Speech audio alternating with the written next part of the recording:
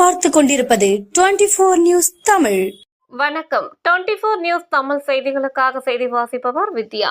நீலகிரி மாவட்டத்தில் இந்திய தொழிற்சங்க மையம் CITU 11வது மாவட்ட மாநாடு 28/9/2025 அன்று உதகையில் நடைபெற்றது.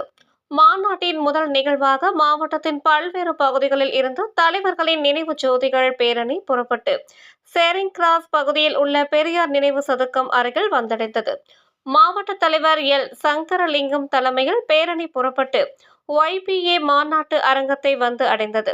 பந்தலூரில் இருந்து கொண்டு வரப்பட்ட மாநாட்டு கொடியும் கூடலூரில் இருந்து கொண்டு வரப்பட்ட கொடி கயிறும் பெறப்பட்டு மாநாட்டு அரங்கத்தின் முன்பு சங்கத்தின் நிர்வாகிகளில் ஒருவரும் மூத்த தோழருமான ஆழ்துறை அவர்கள் கொடியேற்றினார். மாவட்ட நிர்வாகி P கணேசன் அஞ்சலி தீர்மானத்தை முன்மொழிந்தார். வரவேற்பு குழு தலைவர் VA பாஸ்கரன் வரவேற்புரை நிகழ்த்தினார். மாநில செயலாளர் S கிருஷ்ணமூர்த்தி துவக்க உரையாற்றினார்.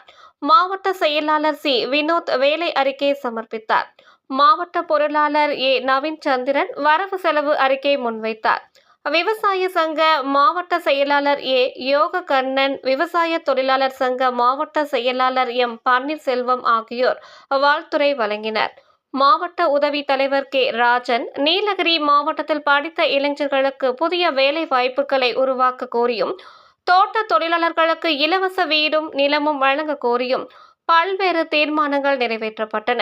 புதிய நிர்வாகிகள் தேர்வு செய்யப்பட்டனர். தலைவராக தோழர் KJ வர்கீஸ், செயலாளராக தோழர் C வினோத், பொருளாளராக தோழர் A நவீன் சந்திரன் உள்ளிட்ட 15 பேர் கொண்ட நிர்வாகிகளும் 30 பேர் கொண்ட மாவட்ட குழு உறுப்பினர்களும் தேர்வு செய்யப்பட்டனர்.